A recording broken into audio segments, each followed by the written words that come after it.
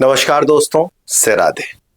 अगर आपके घर दिसंबर 2024 में कोई नई संतान आने वाली है तो यह वीडियो आपके लिए बड़ी उपयोगी होगी। ज्योतिष पंचांग चैनल हर महीने की क्या शुभ अशुभ स्थितियां बन रही हैं, कौन कौन से ऐसे योग बन रहे हैं जो बच्चे के लिए अच्छे नहीं होंगे या शुभ होंगे, उनकी चर्चा अपनी वीडियोज के माध्यम से करता रहता है। आज इस वीडियो में हम आपको बताएंगे कि दिसंबर महीने में जो बच्चे पैदा होंगे उनके ऊपर जन्म लेते ही शनि की साढ़े साती किस किस डेट पे पैदा होने पर पाई जाएगी। साथ में ये भी बताएंगे कि इसका क्या प्रभाव होता है, क्या इसमें पैदा होना ठीक रहेगा कि नहीं रहेगा। अमावस्या अर्थात जब सूर्य और चंद्रमा आपस में मिलते हैं और उसका क्या परिणाम होता है बच्चे के जीवन पर, इसकी भी चर्चा करेंगे। और केवल आपसे चर्चा ही नहीं करेंगे, हम आपको दिसंबर में किस तारीख से किस तारीख तक ये स्थितियां और कितने बजे से कितने बजे तक ये स्थिति कायम होगी, बनेगी, ये भी बताएंगे।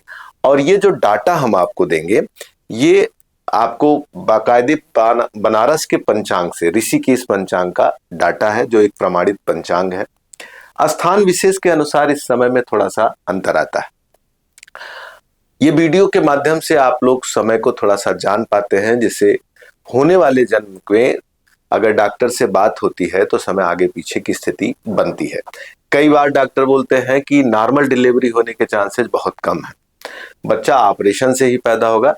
ऐसी स्थिति में आपके पास थोड़ा सा अवसर जरूर होता है कि आप समय को आगे पीछे कर सके और डॉक्टर से बातचीत करके एक शुभ समय का चयन कर सकते हैं। आप देख रहे हैं अपना पसंदीदा चैनल ज्योतिष पंचांग। मैं अंशुल त्रिपाठी, आपका ज्योतिषविद एवं वास्तुशास्त्री।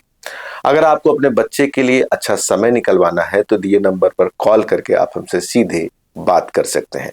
यह समय मूल मांगलिक के साथ साथ न्यूमरोलॉजी का भी पूरा ध्यान रखता है, जो आपको समय बताया जाएगा। इसके अलावा इसमें जो शुभ योग होंगे वो भी आपके साथ साझा किए जाएंगे। आइए हम अपने मुख्य विषय पे चलते हैं, जो आज वीडियो का मेन पर्पज है। सबसे पहले शनि की साढ़े साती की बात करते हैं। हर महीने लगभग शनि की साढ़े साती पैदा होने वाले बच्चों में पाई जाती है। शनि की साढ़े साती का मतलब है कि चंद्रमा शनि से एक घर पीछे, उसके साथ और अगले घर में जब पाया जाएगा, इस स्थिति को शनि की साढ़े साती कहा जाता है। शनि को कर्म का कारक कहा जाता है, न्याय का कारक कहा जाता है, दुख और पीड़ा का कारक कहा जाता है।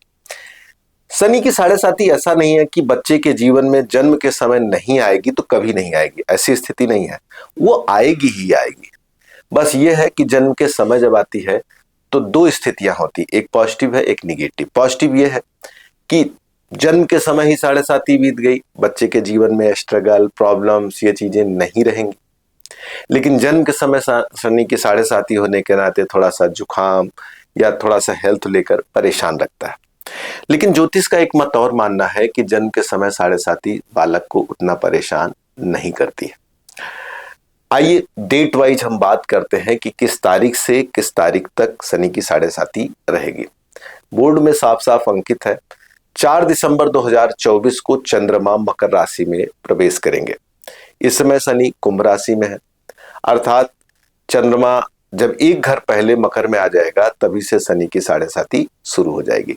4 दिसंबर 2024 को 11:17 PM चंद्रमा प्रवेश करेंगे। इस टाइम के बाद जो बच्चे पैदा होंगे उनकी कुंडली में शनि की साढ़े साती पाई जाएगी। कब तक चलेगा? अब चंद्रमा जब तक मकर में, कुंभ में और मीन में रहेंगे तब तक शनि की साढ़े साती बनी रहेगी। इन तीन राशियों में, 3 दिनों में, जो 3 राशियों में जब तक बच्चे पैदा होंगे वो शनि की साढ़े साती में होंगे। मीन से मेष में निकलने के लिए 11/12/2024 को 9:50 AM, अर्थात 4 तारीख से शनि के घर एक घर पहले चंद्रमा प्रवेश करेंगे 4/12/2024 को। और कब निकलेंगे? 11/12/2024 को सुबह 9:50 से मीन से चंद्रमा बाहर निकलेंगे। इन दिनों में जो बच्चे पैदा होंगे उनकी कुंडली में शनि की साढ़े साती रहेगी। जन्म से ही शनि का प्रभाव इनके जीवन पर देखा जाएगा। एक सिद्धांत और है कि बच्चे जब पैदा होते हैं, जिस कालखंड में, जिस अवस्था में पैदा होते हैं, उनकी कहीं न कहीं से छाप बच्चे के ऊपर बनी रहती है। तो थोड़ा-सा मानसिक रूप से उदास रहना, मेहनत करना और चीज़ों को विलंब से पाना, इस तरह की स्थिति भी थोड़ी बहुत बनी रहेगी। लेकिन कुंडली में और अच्छे योग होते हैं, जैसे राजयोग वगैरह या तमाम चीज़ें हो रही हों, तो इस समय को लेकर बहुत परेशान होने की ज़रूरत नहीं है, इसको लिया जा सकता है। लेकिन साथ में और भी चीज़ें, मूलांक है, भाग्यांक है और इसके अलावा साढ़े साती के अलावा विष योग बन रहा है कि नहीं बन रहा है, और इसके अलावा उसके और ग्रहों की स्थिति किस हाउस में कौन सी, ये चीजें देखना जरूरी है, नहीं तो टोटल दिनों को इग्नोर करना उचित नहीं रहेगा। अब बात करते हैं चंद्रमा और सूर्य के मिलन की। चंद्रमा और सूर्य जब एक राशि में होते हैं तो इसको ग्रहण योग कहा जाता है। इसी अवस्था का नाम अमावस्या भी कहा जाता है। सूर्य का इतना प्रकाश होता है कि चंद्रमा जब उनके पास जाते हैं तो वो अपनी प्रकाश को खो देते हैं। जैसे आप अपने छत पे चले जाइए, दोपहरी हो, दोपहर का टाइम हो और सूर्य खूब चमक रहे हो, गर्मी के दिन हो, आप एक दिया जलाइए, उसका लौ नहीं दिखेगा आपको। ऐसे ही जब सूर्य के पास चंद्रमा जाते हैं तो चंद्रमा अपने एनर्जी को खो देते हैं, अर्थात सूर्य के सामने चंद्रमा अपने आप को काफी कमजोर महसूस करते हैं। चंद्रमा को मन का कारक कहा जाता है, चंद्रमा को माता का कारक कहा जाता है, चंद्रमा को धन और समृद्धि का कारक कहा जाता है। आपके अंदर जो कॉन्फिडेंस लेवल होता है उसमें मन की बड़ी भूमिका होती है। आप जो सोचते हैं, निर्णय लेते हैं, उसमें भी मन की भूमिका होती है।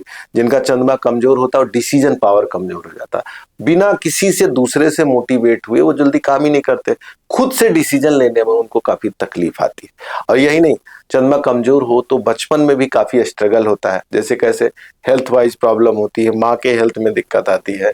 कई बार हमने देखा है एजुकेशन शुरुआती टफ रहता है, लोग इंट्रोवर्ट हो जाते, अपनी बातों को उस तरह से नहीं कहते।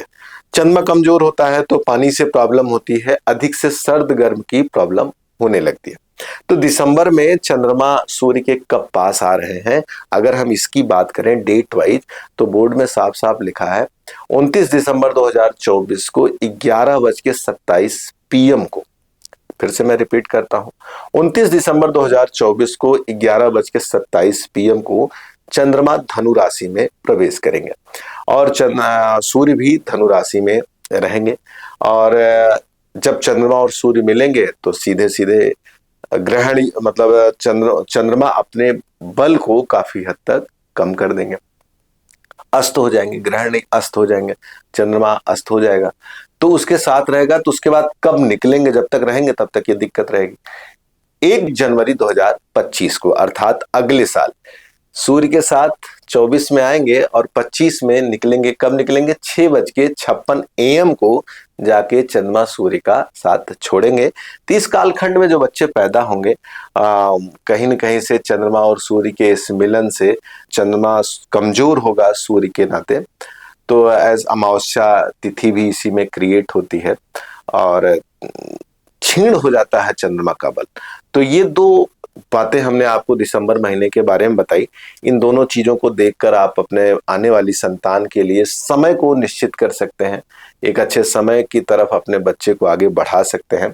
क्योंकि कई बार मैंने देखा है कि बहुत छोटी छोटी चीजें आदमी इग्नोर करता है। आज के टाइम में जब ऑपरेशन होता है, थोड़ी एक चिंता जरूर होती है कि ऑपरेशन हो रहा है और थोड़ी सी पीड़ा होगी, लेकिन वो एक समय भी बनता है कि जब डॉक्टर से बात करके और एक अच्छे समय को निकाल के डॉक्टर से टाइम को आगे पीछे करके हम मांगलिक से बचा सकते हैं।